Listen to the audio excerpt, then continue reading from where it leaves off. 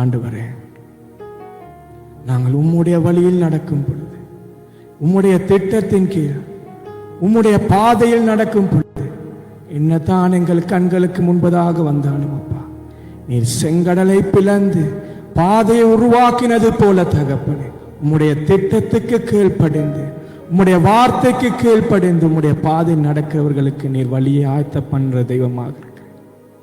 செங்கடலை அன்று எப்படி பிளந்தீரோ அதே போல இன்றும் எங்களுக்கு முன்பதாக அப்பா எங்களுக்கு வழியை ஆயத்தம் பண்ணுகிறவர் நீர் தகப்பனே ராஜா. எமக்கு வழி ஆயத்தம் பண்ணுகிற பரிசுத்த ஆவியானவருக்கு நாங்கள் காத்திருக்கிறோம், நாங்கள் காத்திருக்கிறோம் ராஜா, நாங்கள் காத்திருக்கிறோம் தகப்பனே ராஜா. உலகத்தை நோக்கி அல்ல, தேவனை நோக்கி காத்திருக்கிறோம். நீங்க எங்களை வழி நடத்துங்க, உதவி செய்யுங்க. இயேசு கிறிஸ்துவின் நாமத்தினாலே ஜெபிக்கிறோம் ஜீவன நல்ல பிதாவே, ஆமென். ஒரு அறிவித்தல் இருக்கிறது. இந்த மாதத்திற்கான ஜூன் மாதத்திற்கான உபவாச கூட்டம் 15ஆம் தேதி அல்ல 22ஆம் தேதி காலை 11 மணிக்கு இந்த இடத்துல நடைபெறும். மன்னிக்கம் 21ஆம் தேதி 3வது சனிக்கிழமை 21ஆம் தேதி இந்த இடத்துல நடைபெறும். தயவு செய்து உபவாச கூட்டம் மிகவும் மிகவும் முக்கியமானது. சபையை நடத்துவதற்கும் எங்களுடைய தனிப்பட்ட வாழ்க்கைக்கும் குடும்ப வாழ்க்கைக்கும் ஆவியானவரின் வழிநடத்துதலின் கீழ் நாங்கள் கடந்து செல்வதற்கு ரொம்ப ரொம்ப முக்கியமானது. தயவு செய்து எல்லாரும் அதில் கலந்து கொண்டு தேவனை மகிமைப்படுத்தி அந்த வழியிலே நடக்க நாங்கள் விட்டு கொடுக்க வேண்டும். முதலில் நாம் எங்களுடைய சரீரத்தை, எங்களுடைய ஆவியை, எங்களுடைய ஆத்துமாவை நாங்கள் விட்டு கொடுக்க வேண்டும். நாங்கள் எங்களை விட்டு கொடுக்காமல் தேவன் கிரியை செய்யவில்லை, எங்களை வழி நடத்தவில்லை என்று நாங்கள் தேவனை பிளேம் பண்ண முடியாது, தேவனை நாங்கள் குறை சொல்ல முடியாது. நாங்கள் எங்களை விட்டு கொடுக்க மறுக்கிறோம். எங்களுடைய இருதயத்தை நாங்கள் தேவனுக்கு, எங்களுடைய சுபாவங்களை, தேவனுக்கு பிரியமில்லாத காரியங்களை நாங்கள் விட்டு கொடுக்க மறுக்கிறோம். அதனால் தேவன் கிரியை செய்ய முடியாதபடி இருக்கு. தயவு செய்து உபவாச கூட்டத்தில் எல்லாரும் கலந்து கொள்ள நாங்கள் ஒரு மனமாக எங்களுக்காக, எங்கள் குடும்பத்துக்காக, சபைக்காக, இந்த பிரதேசத்துக்காக நாங்கள் ஜெபிக்க போகிறோம். ஒரு விசை நாங்கள் எங்களை விட்டு கொடுப்போம். எங்களை விட்டு கொடுத்து தேவனை உயர்த்து. நாங்கள் எங்களுடைய சரீரம் மண்ணுக்கு தான் போக போகிறது. எங்களுடைய சரீரத்தை உயர்த்தி நாங்கள் ஒன்றும் பண்ண போகிறதில்லை.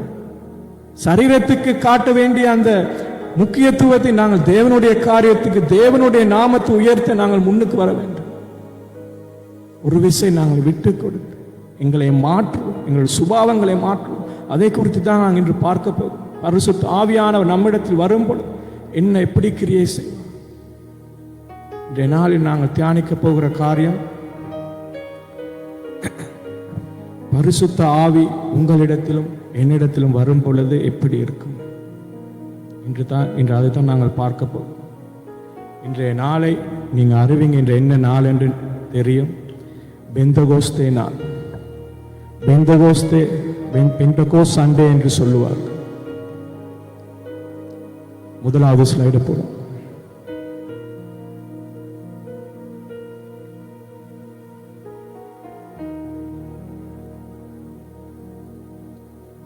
அந்த படத்துல கிளிக்.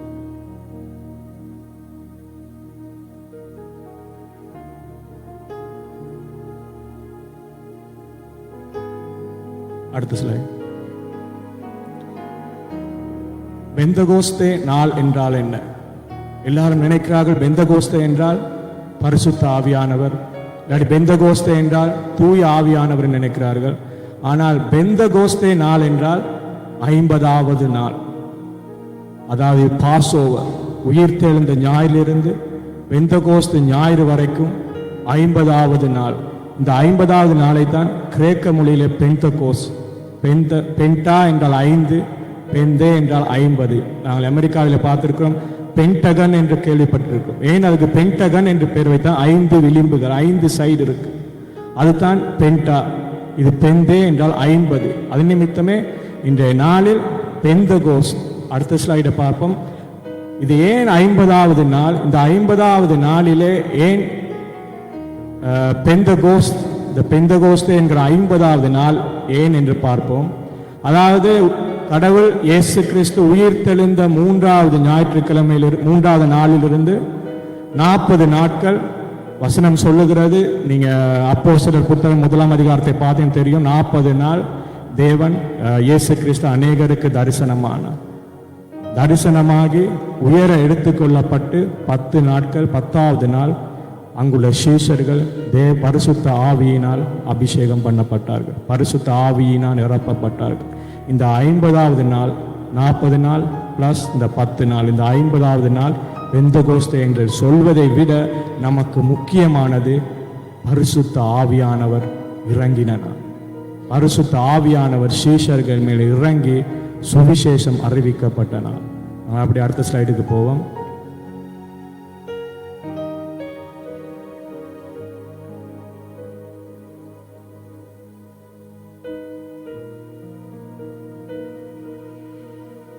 இந்த பரிசுத்த ஆவியானவர் நம்மிடத்திற்கு இறங்குவதற்கு முன்பதாக, அதாவது பரிசுத்த ஆவி உங்களிடத்தில் வரும் போது பலனடைவீர்கள் என்று வசனம் சொல்லுகிறது. இந்த பரிசுத்த ஆவி உங்களிடத்தில் வருவதற்கு முன்பதாக அங்குள்ள அந்த ஜனங்கள் என்ன பண்ணினார்கள்? முதலாவதாக நாங்கள் பார்க்க போகிற காரியம், அவர்கள் இயேசுவின் வார்த்தைக்கு கீழ்ப்படிந்தார்கள். முதலாவது அவர்கள் செய்தது இயேசுவின் வார்த்தைக்கு கீழ்ப்படிந்தார்கள். முதல்ல போட்ட ஸ்லைடு போடும். இயேசுவின் வார்த்தைக்கு கீழ்ப்படிந்தார்கள். வசனம் அப்போஸ்தலர் 1ஆம் அதிகாரம் 5வது வசனத்திலே முதல் பகுதியை நீங்க வாசிச்சா தெரியும்.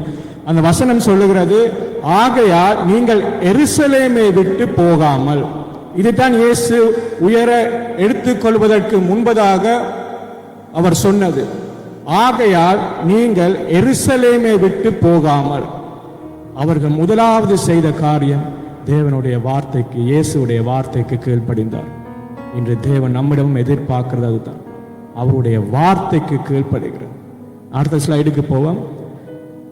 அப்பொழுது அப்போஸ்தலர் 1ஆம் அதிகாரம் 12ஆம் வசனம் சொல்லுகிறது, அப்பொழுது அவர்கள் எருசலேமுக்கு சமீபமாய் ஒரு ஓய்வு நாள் பிரயாண தூரமாய் இருக்கிற ஒலிவமலை எண்ணப்பட்ட மலையிலிருந்து எருசலேமுக்கு திரும்ப போனார்கள்.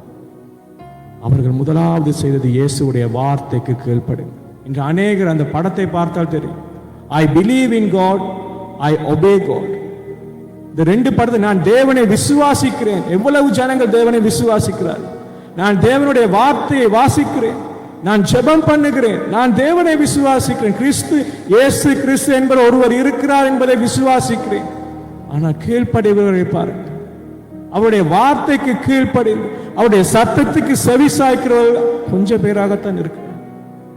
ஏனால் தேவ சித்தம் மனுஷ சித்தம் என்று பார்க்கும் பொழுது இன்று அநேகர் மனுஷன் தங்கள் சித்தத்துக்கு தங்கள் வழியை கொண்டு செல்கிறார்களே தவிர தேவனுடைய திட்டத்திற்கு வெயிட் பண்ண மறக்கிறார்கள். அவர்களால் வெயிட் பண்ண முடியவில்லை.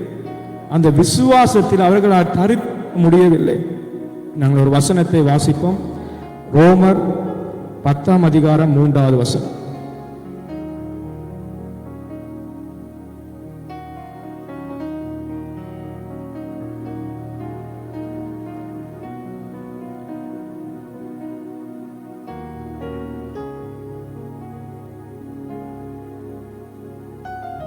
ஒவ்வொரு மனுஷனும் தன்னுடைய சுய நீதியின் படியே தேடுகிறபடியால் தேவ நீதிக்கு கீழ்ப்படிய மறுக்கிறார்.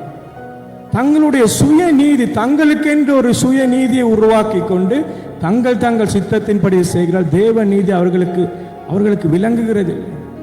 அவர்கள் விளங்க முடியாதபடி தவிர்த்து கொண்டு இருக்கிறார்கள். நாங்கள் இந்த கீழ்ப்படிதல் தேவனுடைய எல்லா காரியங்களுக்கும் முதலாவது இம்பார்ட்டன்டான காரியம், அவருடைய சத்தத்துக்கு நாங்கள் கீழ்ப்படிய வேண்டும். அவருடைய சத்தத்துக்கு கீழ்ப்படிந்தால்தான் அடுத்த கட்டத்திற்கு நாங்கள் செல்ல முடியும். நாங்கள் அடுத்தது பார்க்க போகிறது, அன்று அவர்கள் செய்த 2வது காரியம் காத்திருப்பு. அதே அப்போஸ்தலர் 1ஆம் அதிகாரம் 5வது வசனத்திலே நாங்கள் பின்பகுதியை வாசிப்போமானால், என்னிடத்தில் கேள்விப்பட்ட பிதாவின் வாக்குத்தத்தம் நிறைவேற காத்திருங்கள். நீங்கள் என்னிடத்தில் கேட்டீங்க, ஒரு விஷயம் கேட்டு கேள்விப்பட்டீங்க, நான் உங்களுக்கு ஒரு விஷயம் சொல்லி இருக்கிறேன், அது பிதாவின் வாக்குத்தத்தம். அந்த வாக்குத்தத்தம் நிறைவேற நீங்க காத்திருங்க. அன்று அந்த ஜனங்கள் அவருடைய சீஷர்கள் ஒலிவ மலையிலிருந்து எருசலேமுக்கு வந்து அவருடைய வேலை, அவர் குறிப்பிட்ட அந்த வேலை வரும் வரைக்கும் அந்த இடத்திலே அவர்கள் காத்திருந்தார்கள். அப்படி அடுத்த ஸ்லைடுக்கு போவோம்.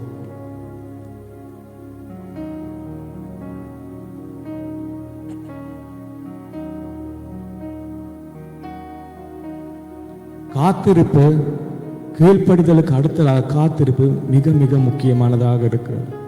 நாங்கள் ஆபிரகாமுடைய வாழ்க்கை எடுத்துக்கொண்டால், ஆபிரகாமுடைய வாழ்க்கையிலே அவர் சொன்னார், கர்த்தர் ஆபிரகாமை நோக்கி, நீ என் தேசத்தையும் உன் இனத்தையும் உன் தகப்பனுடைய வீட்டையும் விட்டுவிட்டு நான் உனக்கு காண்பிக்கும் தேசத்துக்கு போ. இது அவர் முதலாவது சொன்னது, கீழ்ப்படிந்தார். அடுத்த வசனம் சொல்லுகிறது, நான் உன்னை பெரிய ஜாதியாக்கி உன்னை ஆசீர்வதித்து உன் பேரை பெருமைப்படுத்துவேன், நீ ஆசீர்வாதமாய் இருப்பாய். அவர் கீழ்ப்படிந்து, தேவனுடைய வார்த்தைக்கு கீழ்ப்படிந்து அவர் காத்திருந்தார். ஆபிரகாம் காத்திருந்தார். சாராளால் காத்திருக்க முடியவில்லை, ஆனால் ஆபிரகாம் காத்திருந்தார்.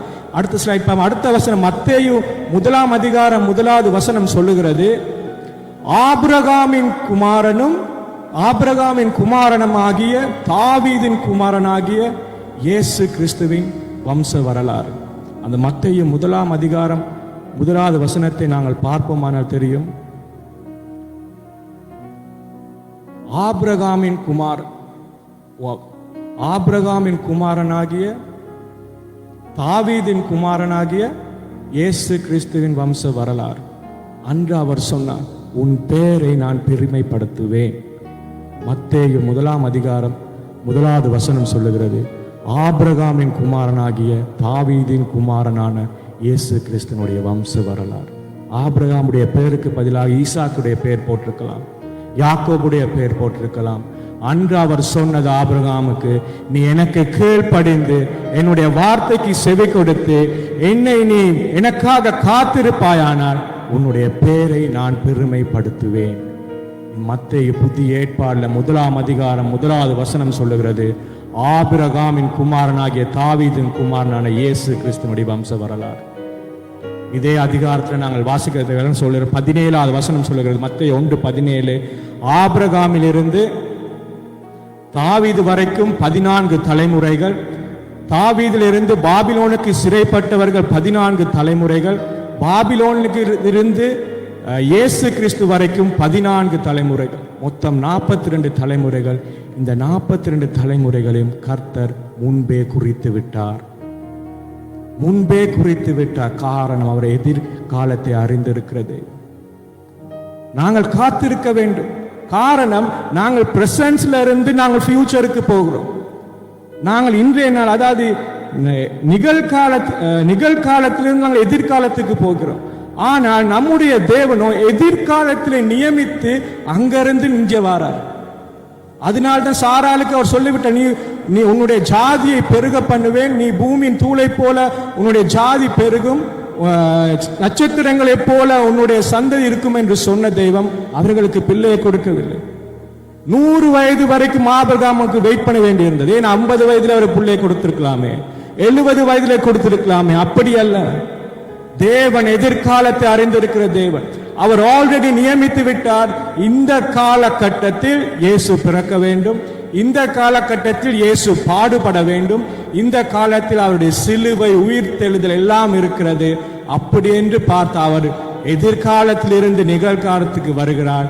நிகழ்காலத்திலே அந்த வேளையிலே 100 வயது, ஆபிரகாமுக்கு 100 வயதாக இருக்கும் பொழுது அவனுக்கு ஈசாக்கு பிறந்தால்தான் இந்த காரியங்கள் எதிர்காலத்திலே தேவன் நியமித்த காலத்திலும் தேவன் நியமித்த வேளையிலும் நடக்கும். இதுதான் தேவனுடைய திட்டம். இந்த இடத்திலே நாங்கள் அப்போஸ்தலர் 1 அதிகாரம் 1 அதிகாரத்திலே பார்ப்போமானால், அந்த சீஷர்கள் கேட்கிறார்கள், எப்பொழுது நீர் இஸ்ரவேலுக்கு ராஜ்யத்தை திருப்பி கொடுப்பீர் என்று கேட்கிறார்கள். அப்பொழுது கர்த்தர் சொல்லுகிறார், அந்த வசனத்தை வாசிக்கும். அப்பொழுது கூடி வந்திருந்தவர்கள் அவரை நோக்கி, ஆண்டவரே, இக்காலத்திலா ராஜ்யத்தை இஸ்ரவேலுக்கு திரும்ப கொடுப்பீர் என்று கேட்டார்கள். அதற்கு அவர், பிதாவானவர் தம்முடைய ஆதீனத்திலே வைத்திருக்கிற காலங்களையும் வேலைகளையும் அறிகிறது, உங்களுக்கு அடுத்ததல்ல. அது எங்களுக்கு ஒரு தேவையில்லாத விஷயம். பிதாவானவர் எந்த காலத்திலே எந்த வேளையில வைத்திருக்கிறார் என்பது அது பிதாவானவருக்குரியது. தேவன் ஆபிரகாம் அதற்காக காத்திருந்தான். காத்திருந்தபடியால் தான் அவன் உயர்த்தப்பட்டான். இன்று அநேகருக்கு இந்த இடத்திலே காத்திருக்க முடியவில்லை. அவர்களால் காத்திருக்க முடியாதபடி அலைந்து திரிந்து கொண்டிருக்கிறார்கள். தேவனுடைய திட்டத்திற்கு தேவன் நியமித்த இடத்திலே நாங்கள் காத்திருக்கும் பொழுது நான் சொல்ல பிரச்சனை வராதுன்னு சொல்ல மாட்டேன். விசுவாசிக்கிறவர்களுக்கும் பிரச்சனை உண்டு, விசுவாசியாதவர்களுக்கும் பிரச்சனை உண்டு, தேவனை அறியாதவர்களுக்கும் பிரச்சனை உண்டு, எல்லாருக்கும் போராட்டம் உண்டு.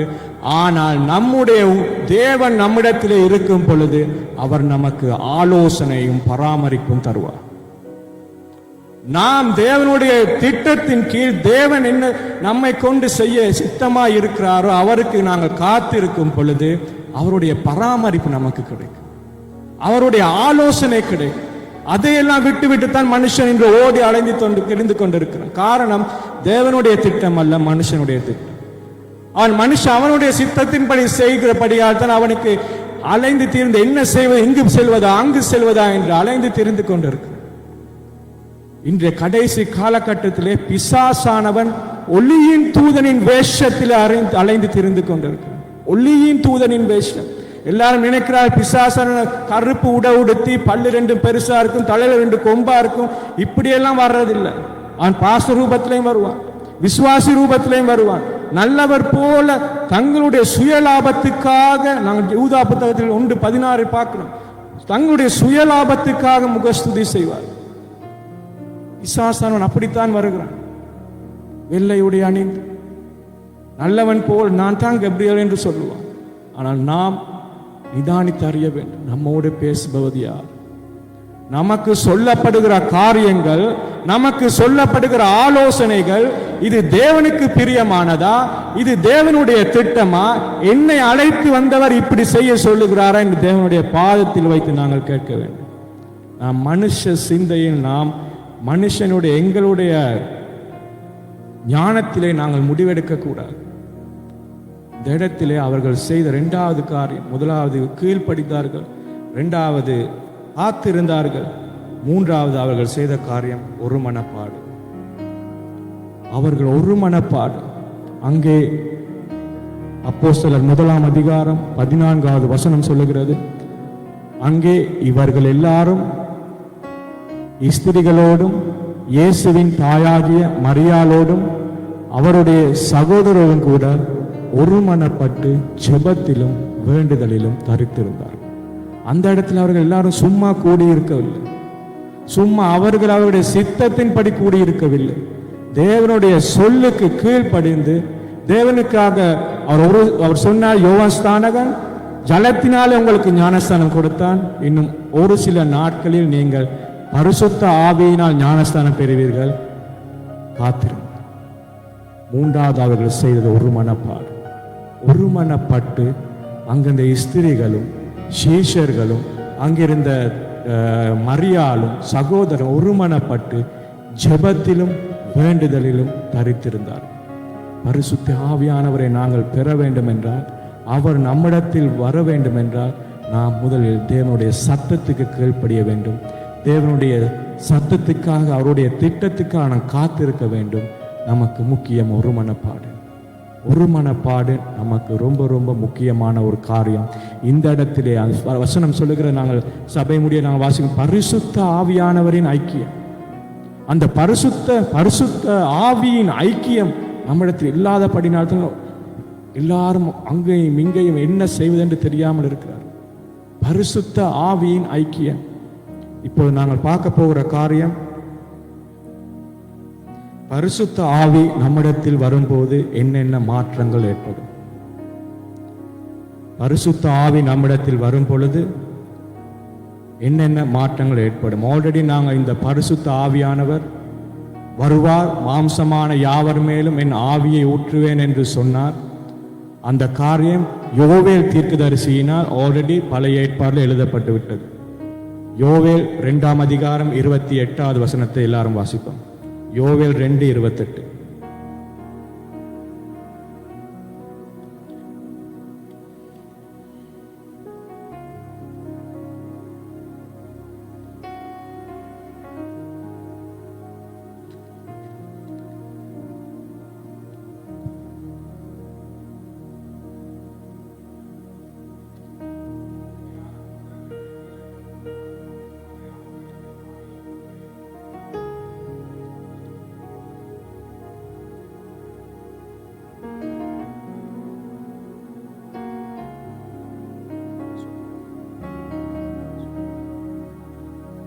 வசனம் சொல்லுது, கடைசி நாட்களில் மாம்சமான யாவர் மேலும் என் ஆவியை ஊற்றுவேன். அப்புறம் வாசிப்போம்.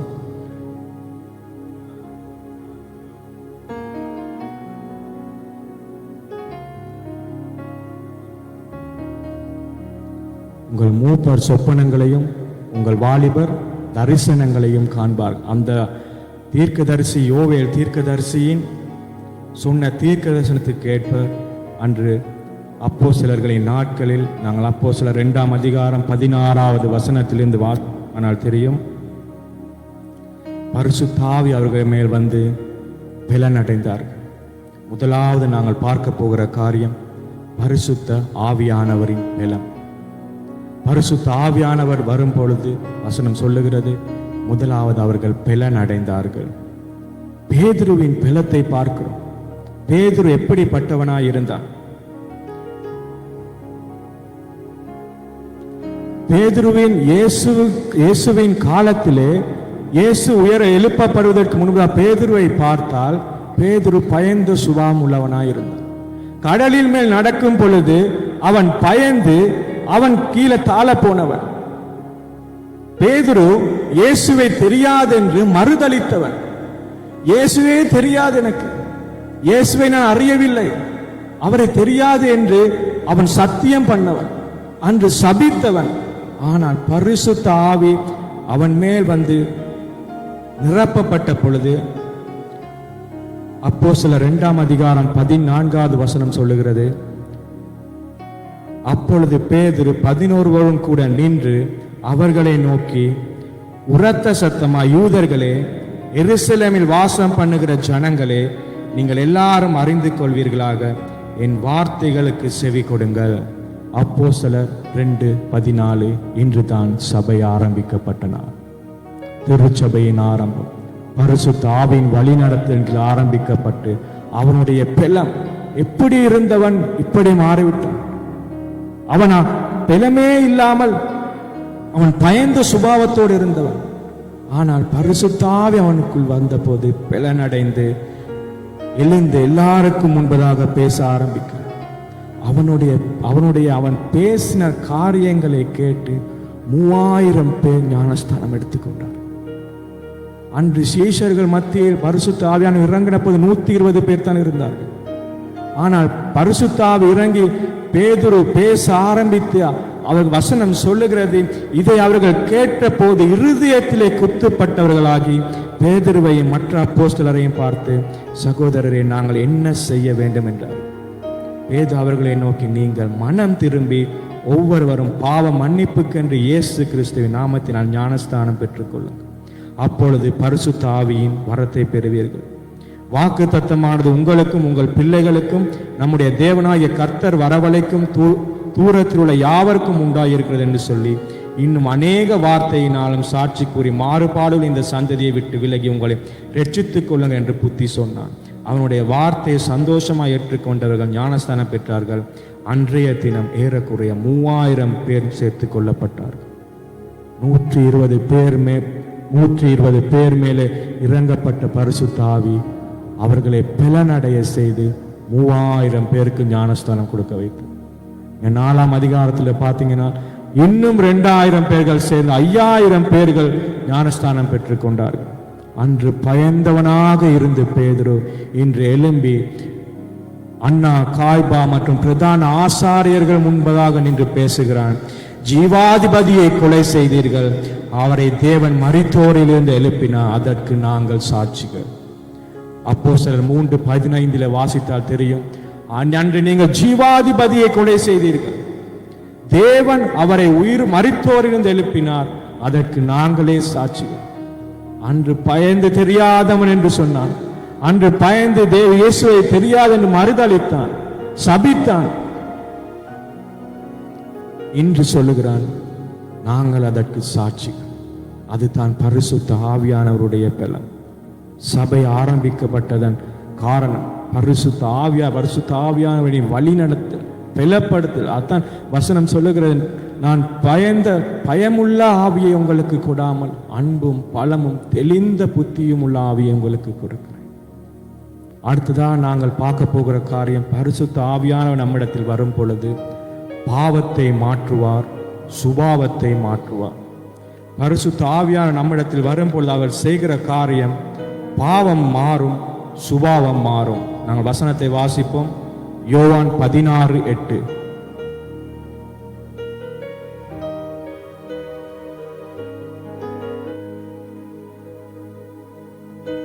யோவான் 16ஆம் அதிகாரம் 8வது வசனம்.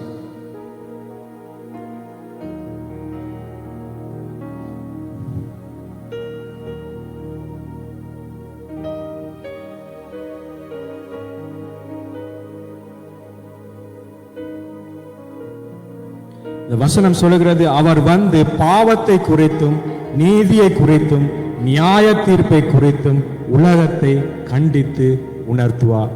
யோவான் 16:8. அவர் வந்து பாவத்தை குறித்தும் நீதியை குறித்தும் நியாய தீர்ப்பை குறித்தும் உலகத்தை கண்டித்து உணர்த்தும் பரிசுத்த ஆவியானவர். நாம் செய்கிற பாவங்களை அவர் பரிசுத்த ஆவியானவர் நம்மிடத்தில் இருக்கும் பொழுது, இது பாவம், நீ செய்கிறது தவறு, நீ செய்கிறது குற்றம் என்று கண்டித்து உணர்த்தும் பரிசுத்த ஆவியானவர். அன்று தாவீதும் அப்படித்தான். தாவீது பாவத்திலே விழுந்து தேவனுக்கு விரோதமாக, தேவனுக்கு பிரியமில்லாத காரியத்தை செய்த பொழுது அவன் கெஞ்சி கெஞ்சி கேட்கிறான், பரிசுத்த ஆவியானவரே என்னை விட்டு போய்விடாதே. அந்த வசனங்களை வாசிப்போம். சங்கீதம் 51:10.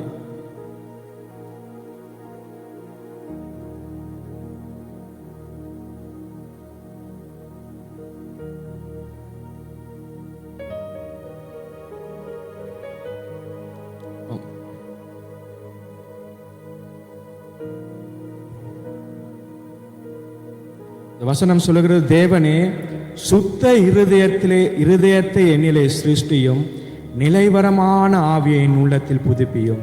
11வது வசனம் சொல்லுகிறது, உமது சமூகத்தை விட்டு என்னை தள்ளாமலும் உமது பரிசுத்த ஆவியை என்னிடத்திலிருந்து எடுத்துக் கொள்ளாமல் இரும். உமது இரட்சணியத்தின் சந்தோஷத்தை திரும்பவும் எனக்கு தந்து உற்சாகமான ஆவி என்னை தாங்கும்படி செய்யும். அவன் பலவீனம் அடைந்திருக்கிறான். காரணம், அவனுடைய பாவத்தின் நிமித்தம் அவனுடைய மேலிருந்த பரிசுத்த ஆவி விலகினதினால் அவன் பலவீனம் அடைந்திருக்கிறான். இப்பொழுது அவன் கேட்கிறான், உமது இரட்சணியத்தின் சந்தோஷத்தை திரும்பவும் எனக்கு தந்து உற்சாகமான ஆவி என்னை தங்கும்படி செய்யும் என்று சொல்லுகிறான். பரிசுத்த ஆவியானவர் நம்மிடத்தில் வரும் பொழுது நம்மை மாற்றுவது மட்டுமல்லாமல், நமது பாவங்களை மன்னிப்பது மட்டுமல்லாமல் நம்மை பரிசுத்தமாக்குகிறார், பாவத்தை மாற்றுவார். அடுத்து நாங்கள் பார்க்க போகிற காரியம், நம்முடைய சுபாவத்தை மாற்றுவார். நாங்கள் 1 சாமுவேல் 10ஆம் அதிகாரம் 6வது வசனத்தை பார்ப்போமானால், அந்த வசனம் சொல்லுகிறது, அப்பொழுது கர்த்தருடைய ஆவி உன்மேல் இறங்குவார், நீ அவர்களுடனே கூட தீர்க்க தரிசனம் சொல்லி வேறு மனுஷனாவாய். 1 சாமுவேல் 10ஆம் அதிகாரம் 6வது வசனம். கர்த்தருடைய ஆவி நம்மேல் இறங்கும் பொழுது வசனம் சொல்லுகிறது, வேறு மனுஷனாவாய். வேறு மனுஷனாவாய் என்றால் நம்முடைய சுபாவங்கள் மாறும். கர்த்தருக்கு பிரியமில்லாத சுபாவங்கள் மாறி வேறு மனுஷனாவாய். அதிலே நாங்கள் 9வது வசனத்தை பார்ப்போமானால், அவன் சாமுவேலை விட்டு போகும்படி திரும்பின போது தேவன் அவனுக்கு வேறு இருதயத்தை கொடுத்தார். அவன் சாமுவேலை விட்டு போகும்படி திரும்பின பொழுது தேவன் அவனுக்கு வேறு இருதயத்தை கொடுத்தார். அந்த அடையாளங்கள் எல்லாம் அன்றைய தினமே நேரிட்டது. உடைய வேறு மனுஷனாகி வேறு இருதயத்தை அவன் நமக்கு கொடுப்பார் என்றால், நம்முடைய உள்ளத்தில் அப்ப என்ன இருந்தது? ஏன் நமக்கு கர்த்தர் வேறு மனுஷனாக வேண்டும்? நமக்கு ஏன் கர்த்தர் வேறு இருதயத்தை தர வேண்டும்? நாங்கள் ஒரு வசனத்தை வாசிப்போம். மாற்கு 7:21, 22, 23.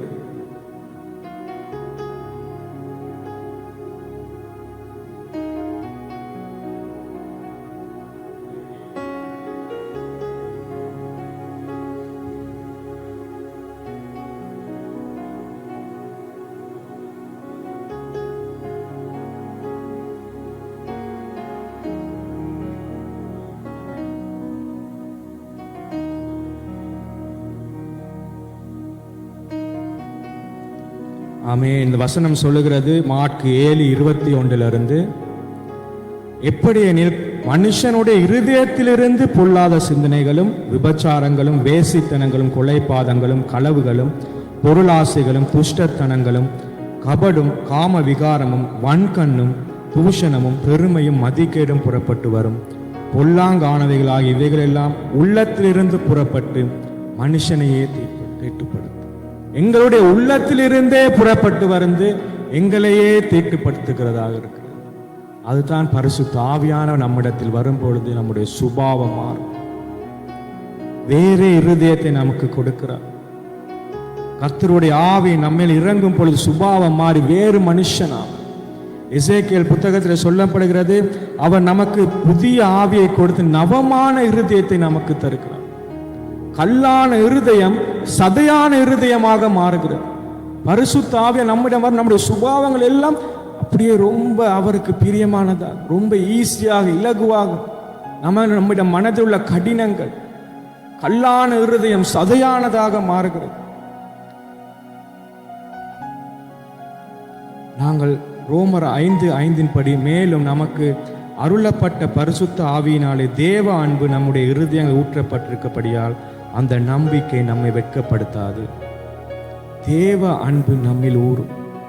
நம்மிலிருந்து கசப்புகள் மாறும், வெறுப்புகள் மாறும், நம்முடைய மன்னிக்கும் சுபாவம் வரும். பரிசுத்த ஆவியானவர் நம்மிடத்தில் வரும் பொழுது நம்முடைய சுபாவங்களை மாற்றுகிற நாம் யாரும் நியாயம் விசாரிக்க மாட்டோம், நியாயம் தீர்க்க மாட்டோம். நமக்கு ஒரு மன்னிக்கும் ஒரு குணம் வரும், மன்னிக்கும் ஒரு சுபாவம் வரும். அன்பு திரளான பாவங்களை மூடும் என்று வசனம் சொல்லுகிறது. பரிசுத்த ஆவியானவர் வரும் பொழுது நாங்கள் உங்களுடைய பாவங்கள் மாறும், எங்களுடைய சுபாவங்கள் மாறும். அடுத்து நாங்கள் பார்க்க போகிறது, பரிசுத்த ஆவியானவர் வரும் பொழுது சத்துருவை ஜெயிப்போம், சமாதானத்தை பெறுவோம். நாங்கள் வாசிப்போம் ஏசாயா 59:19.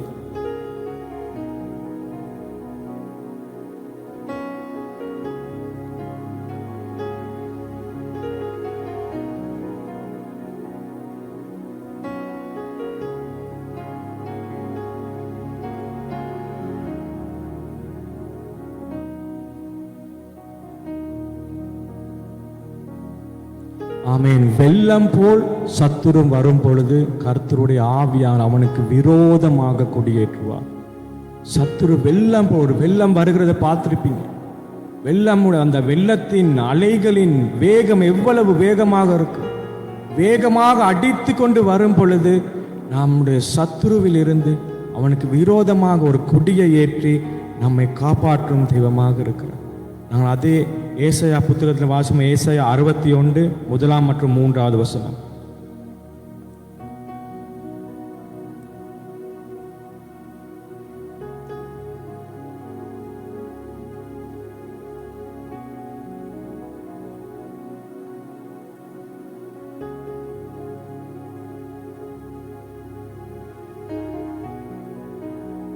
அ 61 1 மற்றும் 3.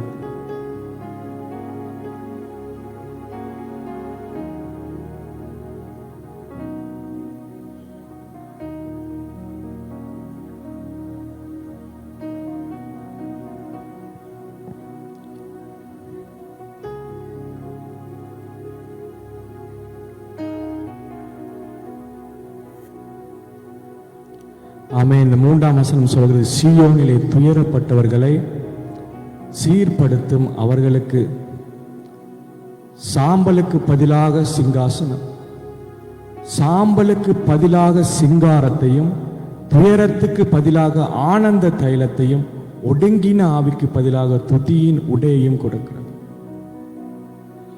சத்துரு நம்மை அலைகள் போல அடித்து நொறுக்க வரும் பொழுது அவர்களுக்கு எதிராக கொடியேற்றும் பரிசுத்த ஆவியானவர் நம்முடைய சாம்பல்களை மாற்றி போடுகிறார்.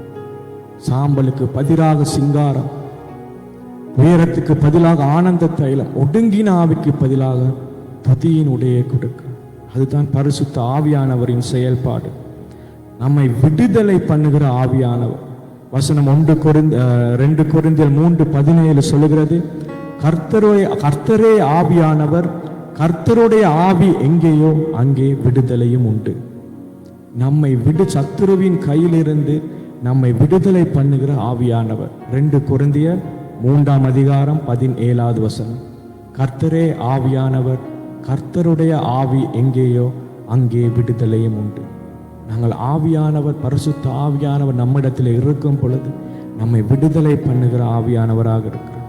அடுத்ததாக சமாதானத்தை பரிசுத்த ஆவியானவர் நம்மிடத்தில் இருக்கும் பொழுது சமாதானம் கிடைக்கும்.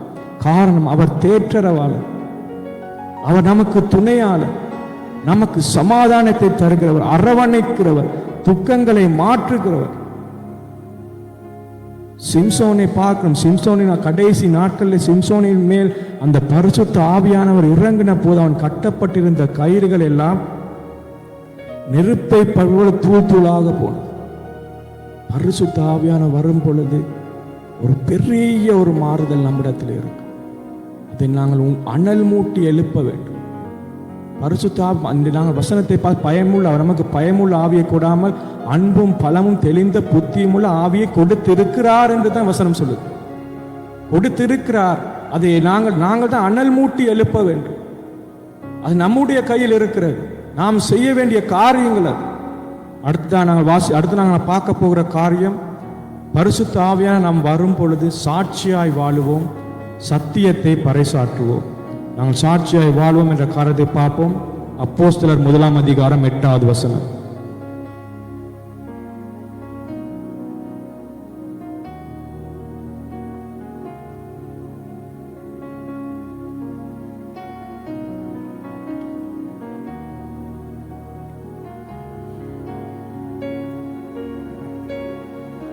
பரிசுத்த ஆவி உங்களிடத்தில் வரும்போது நீங்கள் பலனடைந்த எருசலேமிலும் யூதேயா முழுவதிலும் சமாரியாவிலும் பூமியின் கடைசி பரியந்தமும் எனக்கு சாட்சிகளாக இருப்பீர்கள். இந்த சாட்சியைத்தான் பேதுருவும் அவனுடைய சீஷர்களும் அன்றே பலனடைந்து அறிவிக்க தொடங்கினார்கள். அந்த சாட்சியை அறிவிக்க ஞானஸ்தானம் பெற்றவர்களின் எண்ணிக்கை ஏறிக்கொண்டே போகிறது. அவர்கள் சத்தியத்தை அறிவிக்க தொடங்கினார். ஒரு மனதுடன் கீழ்ப்படிந்து காத்திருந்து சத்தியத்தை அறிவிக்க தொடங்கினார்கள். நான் இன்னொரு வசனத்தை வாசிப்போம். ஏசாயா 11ஆம் அதிகாரம் 2 வசனம்.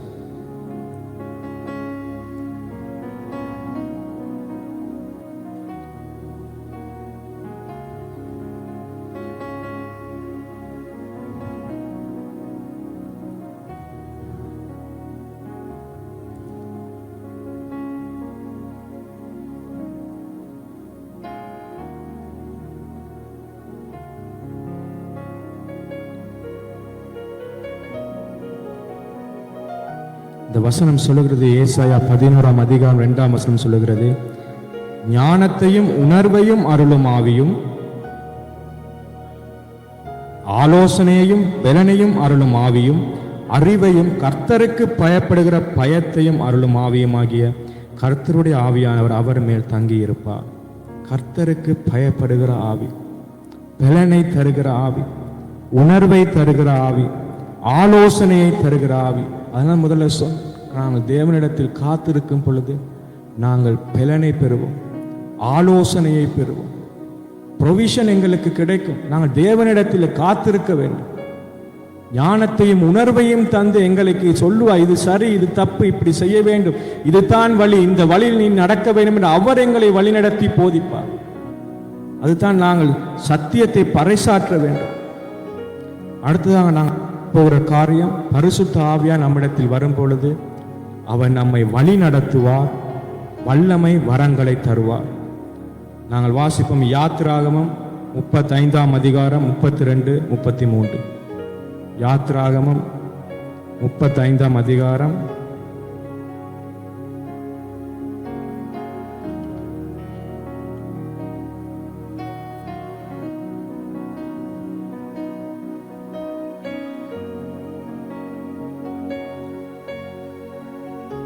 35ஆம் அதிகாரம் 32, 33.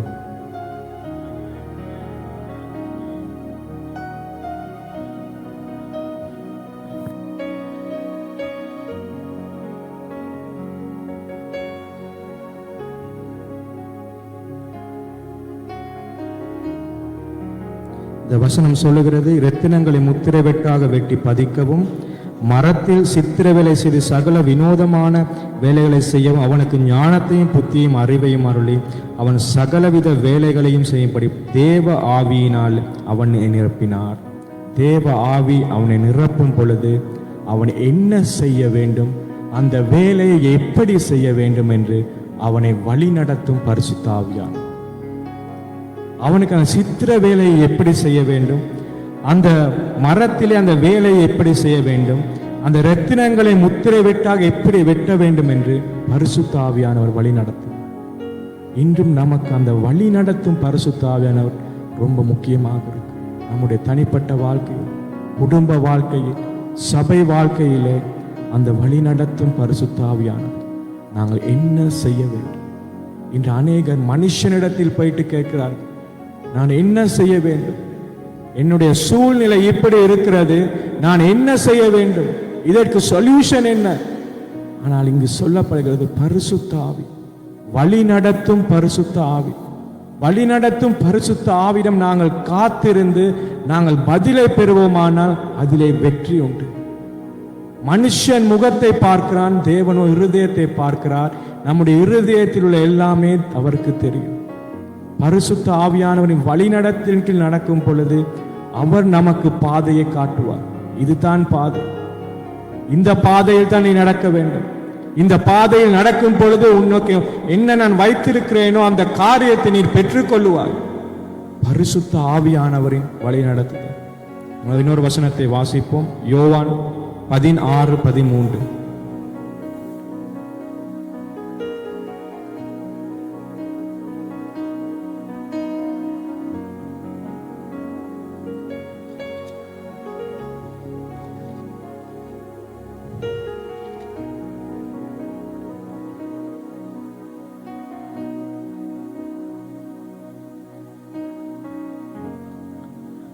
சத்திய ஆவியாகி அவர் வரும் பொழுது சகல சத்தியத்திற்குள்ளும் உங்களை நடத்துவார்.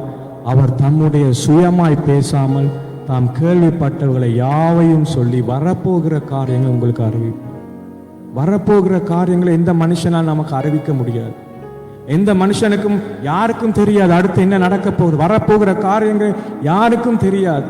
ஆனால் வசனம் சொல்லு, சத்திய ஆவி நம்மிடத்தில் வரும் பொழுது, சத்திய ஆவியாகி அவர் வரும் பொழுது அவர் சகல சத்தியத்துக்குள்ளும் நம்மை நடத்துவது மட்டுமல்லாமல் அவர் சுயமாய் பேசாமல் நாம் கேள்விப்பட்டவள் யாவையும் சொல்லி வரப்போகிற காரியங்களை நமக்கு அறிவிப்பார்.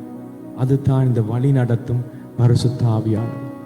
இந்த சத்திய ஆவியை நாங்கள் பெறும் பொழுது அடுத்து என்ன நடக்க போகிறது, என்ன இருக்கிறது, என்ன காரியங்கள் இருக்கிறது என்று அவர் அறிவிப்பார். எந்த மனுஷனாலும் இந்த காரியங்களை அறிவிக்க முடியாது. இந்த சத்தியாவியாகி அவர் வரும்பொழுது எல்லா சத்தியத்துக்குள்ளும் நடத்துவார். மனுஷனுடைய சத்தியத்துக்குள் தான் தெரிந்து கொண்டிருக்கிறார். மனுஷன் சொல்லும் சத்தியங்களை கேட்கிறார். ஆனால் வசனம் சொல்லுகிறது ஆவியாகி அவர் வரும் பொழுது அவர் சகல சத்தியத்துக்குள்ளும் உங்களை நடத்துவார். இன்னொரு வசனத்தை வாசிப்போம். யோவான் 14:26.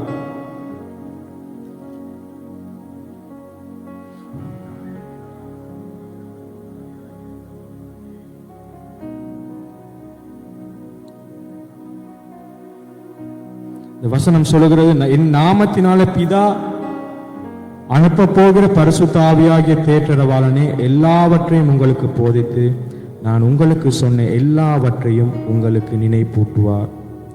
பரிசுத்த ஆவியானவர் சத்தியத்துக்குள்ளே நடத்துகிறது மட்டுமன்றி நாங்கள் என்ன சொன்னேனோ அதை அவர் நினைப்பூட்டுகிறவராக இருக்கிறார். சொன்ன எல்லாவற்றையும் குறித்து உங்களுக்கு போதித்து நினைப்பூட்டுகிறவராக இருக்கிறார். பரிசுத்த ஆவியானவர் போதிக்கும் பரிசுத்த ஆவியானவர், நினைப்பூட்டும் பரிசுத்த ஆவியானவர். அவர் வசனம் சொல்லுங்க, என் நாமத்தினாலே பிதா அனுப்ப போகிற பரிசுத்த ஆவி. கர்த்தராகிய இயேசு கிறிஸ்துடைய நாமத்தினாலே பிதா அனுப்ப போகிற பரிசுத்த ஆவி. தேற்றரவாளன், நம்முடைய தேற்றுகிறவர், ஆற்றுகிறவர், ஆறுதல் தருகிறவர், வழி நடத்துபவர். அப்படி இன்னொரு வசனத்தை வாசிப்போம். ரோமர் 8:26-27.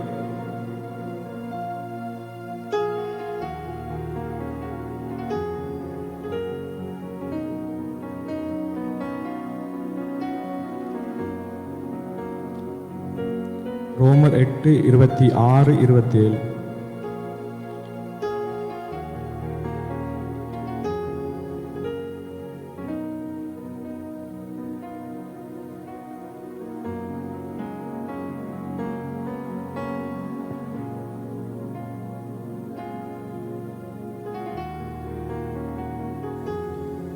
26ஆம் வசனம் சொல்கிறது, அந்தபடியே ஆவியானவரும் நமது பலவீனங்களில் நமக்கு உதவி செய்கிறார். நாம் ஏற்றபடி வேண்டிக் கொள்ள வேண்டியது என்னதென்று அறியாமல் இருக்கிறபடியால் ஆவியானவர் தாமே வாக்கு கடங்காத பெருமூச்சுக்களோடு நமக்காக வேண்டுதல் செய்கிறார். ஆவியானவர் தேவனுடைய சித்தத்தின்படியே பரிசுத்தவான்களுக்காக வேண்டுதல் செய்கிறபடியால் இருதயங்களை ஆராய்ந்து பார்க்கிறவர் ஆவியின் சிந்தை இன்னதென்று அறிவார். அவர் இருதயத்தை ஆராய்ந்து பார்த்து நம்முடைய பலவீனங்களிலே நமக்கு உதவி செய்கிறவராக இருக்கிறார். ஆத்துமாவிலே பலவீனம், சரீரத்திலே பலவீனம், நம்முடைய நோய்களிலே ஒரு பலவீனம், நம்முடைய மாம்சத்தில் ஒரு பலவீனம், எல்லா பலவீனங்களிலும் நாங்கள் பரிசுத்த ஆவியானவர் வேண்டிக் கொள்ளும் பொழுது நம்முடைய இருதயத்தை ஆராய்ந்து பார்க்கிறவர் அதிலிருந்து ஒரு விடுதலை தருகிறவராக இருக்கிறார். வழி நடத்தும் பரிசுத்த ஆவியானவர் இந்த நாட்களில் நமக்கு தேவையானவர் பரிசுத்த ஆவி. ஏனால் இந்த பொல்லாத உலகத்திலே நமக்கு பரிசுத்த ஆவியானவரை வழி நடத்தல் இல்லை என்றால், நாங்கள் சத்தியத்தை அறிந்திருக்க விட்டால் நாம் விழுந்து போய்விடுவோம். ஏன்னா இன்று பிசாசு கொடுமையாக கருப்பு உடுத்து பெரிய கொம்பெல்லாம் வச்சு பயங்கரமான உருவத்தில் வாரதில்லை, அழகாகவும் வருகிறான். ஒளியின் தூதன் வேஷத்தில் பிசாசான் வந்து அநேகரை வஞ்சித்துக் கொண்டிருக்கு. யார் யார் என்ன செய்கிறார் என்று அவர்களுக்கு சரியான சத்தியம் தெரியாமல் இருக்கிறார். பரிசுத்த ஆவியானவரின் வழி நடத்துதலை உணராமல் இருக்கிறார்கள். பரிசுத்த ஆவியானவரிடம் வழி நடத்தல் கேட்காமல் மனுஷனுடைய வழி நடத்தல்கள் நடந்து கொண்டிருக்கிறார்கள். இன்று அநேகர் தாங்கள் செல்லுகிற பாதை என்னவென்று அறியாமல் இருக்கிறார். பரிசுத்த ஆவியானவர் வரும் பொழுது வழி நடத்துபவராக இருக்கு. அடுத்து நாங்கள் பார்க்கப்படுற பரிசுத்த ஆவியானவர் வரும் பொழுது வல்லமை வரங்களை தருவார். வல்லமை வரங்களை தருவார். நாங்கள் வாசிப்போம் 1 கொரிந்தியர் 12ஆம் அதிகாரம் 7வது வசனத்திலிருந்து வாசிப்போம்.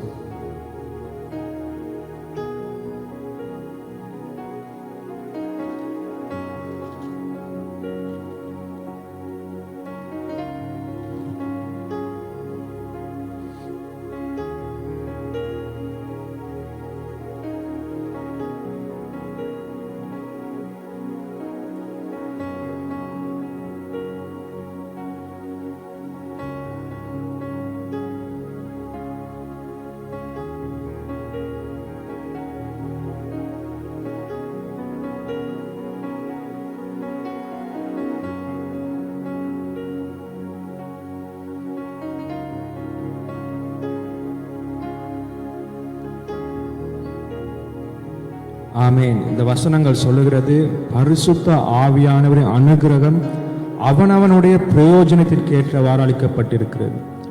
ஒவ்வொருவனுக்கும் அவனவனுடைய பிரயோஜனத்திற்கு ஏற்றவாறு ஆவியினாலே ஒருத்தருக்கு ஞானத்தை போதிக்கும் வசனம் கொடுக்கப்பட்டிருக்கிறது. வேறொருவனுக்கு அந்த ஆவியின் அறிவை உணர்த்துகிறது. இன்னொருவருக்கு விசுவாசம், இன்னொருவருக்கு குணமாக்கும் வல்லமை, இன்னொருக்கு அற்புதங்கள். ஒவ்வொருவருக்கும் ஆவியின் வரங்கள் வித்தியாசமாக இருக்கிறது. அந்தந்த வரங்களை அறிந்தவர்கள் அந்தந்த பாதையில் செல்லும் பொழுது இதுதான் எனக்கு கொடுக்கப்பட்டிருக்கிற வரம். இந்த வரத்திலே இந்த இடத்திலே நாங்கள் எனக்கு கொடுக்கப்பட்டிருக்கிற பாதை, இந்த வரத்தை வைத்து நான் என்ன செய்ய வேண்டும் என்று ஆலோசனை கேட்க வேண்டும். பரிசுத்த ஆவியானவரிடம் காத்திருந்த ஆலோசனைகளை கேட்க வேண்டும். இன்று காத்திருக்காமல் தங்கள் வழியிலே தங்கள் சித்தத்தின்படி செய்கிறபடியால் அவர்கள் போகிற இடங்கள், செய்கிற காரியங்கள் வித்தியாசமாக இருக்கிறது. இதை ஜனங்கள் பார்த்து ஓடிக்கொண்டிருக்கிறார். ஆனால் பரிசுத்த ஆவியானவர் வரும் பொழுது அவருடைய வழி நடத்தின் கீழ் நாங்கள் நடக்க வேண்டும். இன்னொரு வசனத்தை வாசிப்போம். 2 தீமோத்தேயு 1ஆம் அதிகாரம் 6 மற்றும் 7.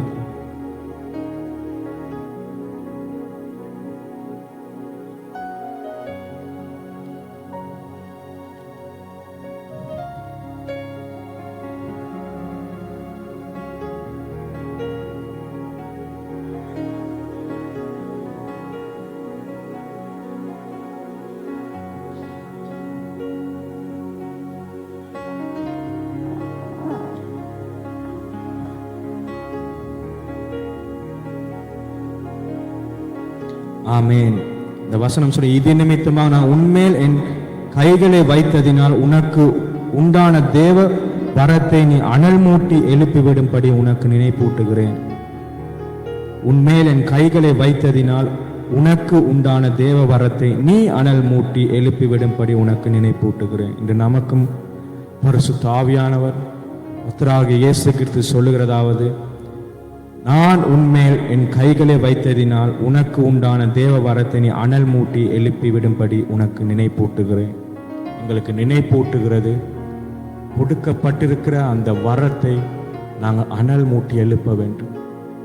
7வது வசனம் சொல்லுகிறது, தேவன் நமக்கு பயமுள்ள ஆவியை கொடாமல் அன்பும் பலமும் தெளிந்த புத்தியுள்ள ஆவியை கொடுத்திருக்கிறார். அந்த கொடுத்திருக்கப்பட்ட ஆவியை நாங்கள் உணர்வூட்டி அனல் மூட்டி எழுப்ப வேண்டும். என்னுடைய சித்தத்தின்படி அல்ல, தேவனுடைய கட்டளையின்படி தேவனுடைய பாதத்திலே காத்திருந்து நாங்கள் கொடுக்கப்பட்டிருக்கிற அந்த ஆவியை அனல் மூட்டி எழுப்ப வேண்டும். நான் இன்றைய நாளிலே இந்த தூய ஆவியானவரின் நாளிலும் பரிசுத்த ஆவியானவர் இறங்கி பலனை கொடுத்த 2000 வருடங்களுக்கு முன்பதாக பலப்படுத்தின நாட்களிலே நான் இன்றைய நாள் வந்திருக்கிறோம். இன்று நாம் பரிசுத்த ஆவியானவன் கேட்க போகிற காரியங்கள், கொடுக்கப்பட்டிருக்கிற இந்த ஆவியை கொடுத்திருக்கிற ஒரு ஆவியை கொடுத்திருக்கிற தேவன் பயமுள்ள ஆவியை அல்ல, பலமும் அன்பும் தெளிந்த புத்தியும் உள்ள ஆவியை கொடுத்திருக்கிறார். அதை எப்படி நான் கிரியை செய்ய முடியும்? அதை எப்படி நான் அனல் மூட்டி எழுப்ப முடியும்? நாங்கள் கேட்டுக்கொள்கிற காரியங்கள் இன்று அதுதான். நாங்கள் எல்லாரும் எழுந்து ஜெபம் பண்ணுவோம்.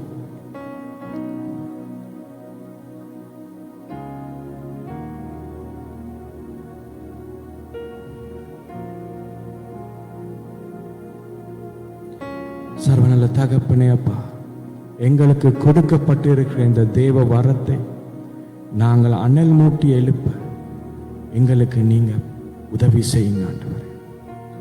பரிசுத்த ஆவியானவரே, வழி நடத்தும் பரிசுத்த ஆவியானவரே, பாவத்தை மாற்றும் பரிசுத்த ஆவியானவரே, சுபாவத்தை மாற்றும் பரிசுத்த ஆவியானவரே, சத்தியத்தை அறிவிக்க உதவும் பரிசுத்த ஆவியானவரே, சாட்சியாய் வாழ உதவும் பரிசுத்த ஆவியானவரே, சமாதானத்தை தருவும் பரிசுத்த ஆவியானவரே, எங்களுக்கு நீங்க வேண்டும் ஆண்டவரே. சத்தியத்தை ஜெயிக்கவும், சத்தியத்தை அறிவிக்கவும், சத்துருவை ஜெயிக்கவும் அப்பா உம்முடைய பரிசுத்த ஆவி எங்களுக்கு வேண்டும். நீர் எங்களுக்கு தருகிறது பலமுள்ள ஆவி, பயத்தின் ஆவி அல்ல, தெளிந்த புத்தியும் அன்பும் பலமும் உள்ள ஆவி அப்பா. அந்த ஆவியை நாங்கள் அனலூட்டி எழுப்ப எங்களுக்கு உதவி செய்யுங்க ஆண்டவரே. எங்களை வழி நடத்துங்க அப்பா. நீங்களே வழியும் சத்தியமும் ஜீவனுமாயிருக்கு. உம்மால் கூடாதது ஒன்றும் இல்லை அப்பா. தாகம் உள்ளவன் மேல் தண்ணீரை ஊற்றுவேன் என்று சொன்னீரே ஆண்டவரே. அனல் மூட்டி எழுப்பி விடும் அப்பா, அனல் மூட்டி எழுப்பும் அப்பா. ஆண்டவரே, எங்களுக்குள்ளே இருக்கும் இந்த ஆவியை நான் அனல் மூட்டி எழுப்பும் ஆண்டவரே. நாங்கள் இந்த மனுஷனிடத்திற்கும் போகவில்லை, எந்த மனுஷனாலும் இதை தர முடியாது, எவ்வளவு காசு கொடுத்தாலும் வாங்க முடியாது. இது மகா பரிசுத்தம் உள்ளது. இது பரிசுத்த ஆவியானவர் மாத்திரமே எங்களுக்கு தர முடியும் அப்பா. அனல் மூட்டி எழுப்பி விடும் அப்பா, அனல் மூட்டி எழுப்பி விடும் ஆண்டவரே. எங்கள் சுபாவங்களை மாற்றும் பரிசுத்த ஆவியானவரே, பாவங்களிலிருந்து விடுதலை தரும் பரிசுத்த ஆவியானவரே. இது பாவம், இது செய்வது தப்பு, நீ தவறான பாதையில் சென்று கொண்டிருக்கிறாய் என்று உணர்த்தி எங்களை வழிநடத்தும் பரிசுத்த ஆவியானவரே, அனல் மூட்டி எழுப்பும். ஒவ்வொரு ஆத்துமாக்களிலும் ஒவ்வொரு மனுஷன் மேலும் உள்ள ஆவியை இந்த வேளையில் அனல் மூட்டி எழுப்பும் அப்பா. யார் எந்தெந்த இடத்துல இருக்கிறார்களோ, எங்கெங்க இருக்கிறார்களோ நான் அறியேன் ஆண்டவரே. நீர் அறிந்திருக்கிற தெய்வமாக இருக்கிறீர். ஒவ்வொரு மனுஷன் கூட இருக்கும் உமது பரிசுத்த ஆவி அனல் மூட்டி எழுப்பும், அனல் மூட்டி எழுப்பும் ஆண்டவரே, அனல் மூட்டி எழுப்பும் தகப்பன ராஜா. எங்கு நாங்கள் செல்ல வேண்டும், என்ன நாங்கள் செய்ய வேண்டும், ஒரு காரியத்தை எப்படி செய்ய வேண்டும், அனல் மூட்டி எழுப்பும் அப்பா, அனல் மூட்டி எழுப்பும் பரிசுத்த ஆவியானவரே.